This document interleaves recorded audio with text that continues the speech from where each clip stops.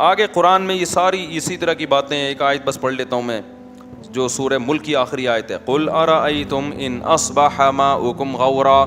اللہ کہتے ہیں جو آسمان سے پانی ہم زمین میں اتارتے ہیں, اگر یہ اور نیچے چلا جائے, کیسا نظام ہے یار, زمین پانی نیچے کی طرف جاتا ہے نا, ایسا ہی ہے کہ نہیں ہے؟ تو اب یہ جو بارشیں برس رہی ہیں, پانی کو چاہیے نیچے جائے نیچے جائے تو جاتا رہنا, لیکن ایک جگہ جا کے کیا ہوتا ہے, رک جاتا ہے.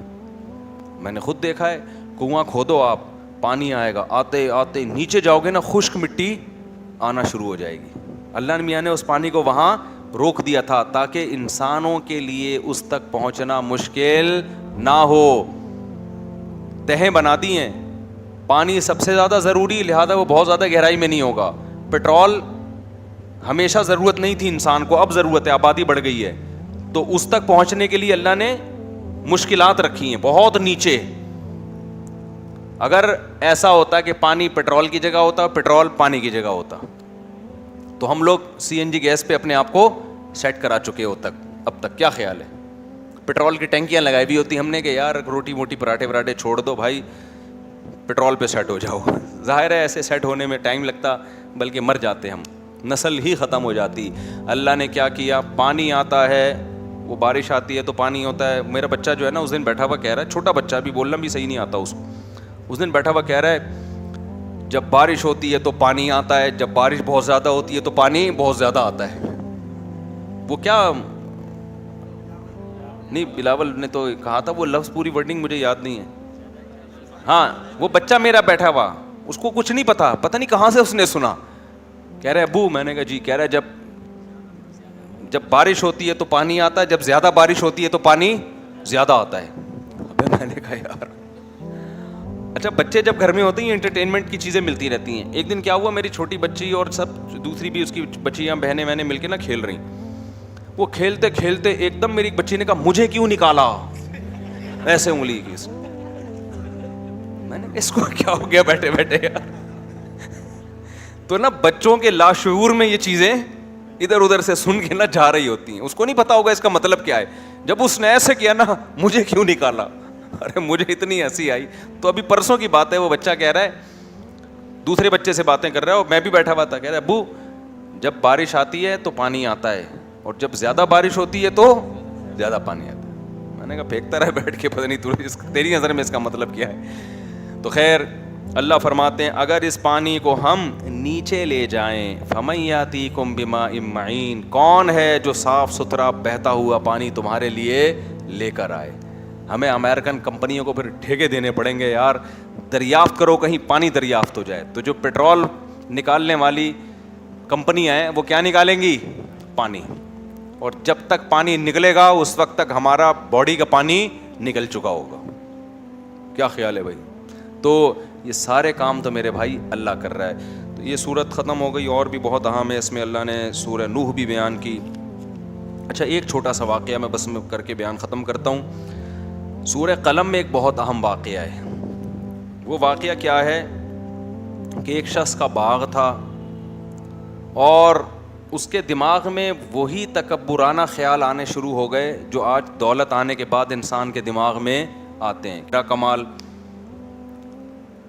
تو قرآن کہہ رہے جب وہ اپنے باغ کا پھل توڑنے کے لیے جا رہا تھا نا, تو باتیں کر رہا تھا کہ اللہ یدخلنہ الیوم علیکم مسکین, آج پھل توڑنے کا ٹائم ہے, پیداوار پک کے تیار ہو گئی ہے, دیکھنا کوئی غریب بندہ قریب پھٹکنے نہ پائے.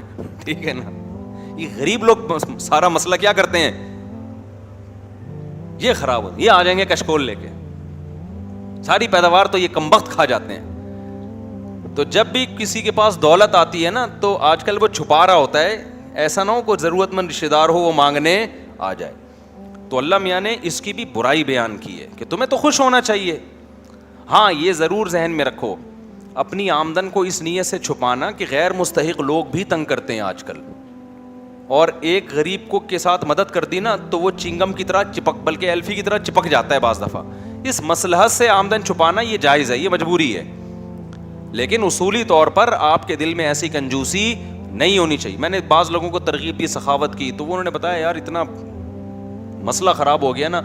ایک دو دفعہ میں نے خود بھی تجربہ کر کے دیکھا, میں نے گھر پہ کچھ دو چار غریب آئے ان کو دیا, پھر تو بھائی لائن لگ گئی یار.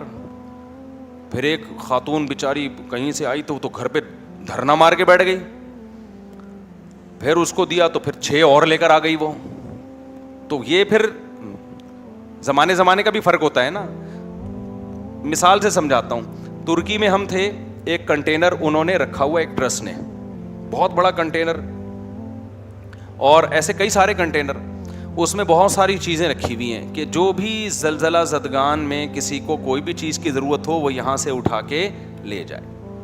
کوئی خاتون آئے گی, ایک پیمپر لے گئی بھائی اپنے بچے کے لیے, ایک بندہ آیا بھائی چنے کی دال کا پیکٹ چاہیے, کھانا پکانا ہے, خود ہی ان کی طرف سے کوئی لائن وین نہیں, بھائی جاؤ اٹھا کے لے. ہر آدمی اپنی ضرورت کے حساب سے. تو جب غریبوں میں تمیز ہو نا تو بڑے آرام سے ڈسٹریبیوشن کا عمل ہو جاتا ہے, یا ضرورت مندوں میں تمیز ہو.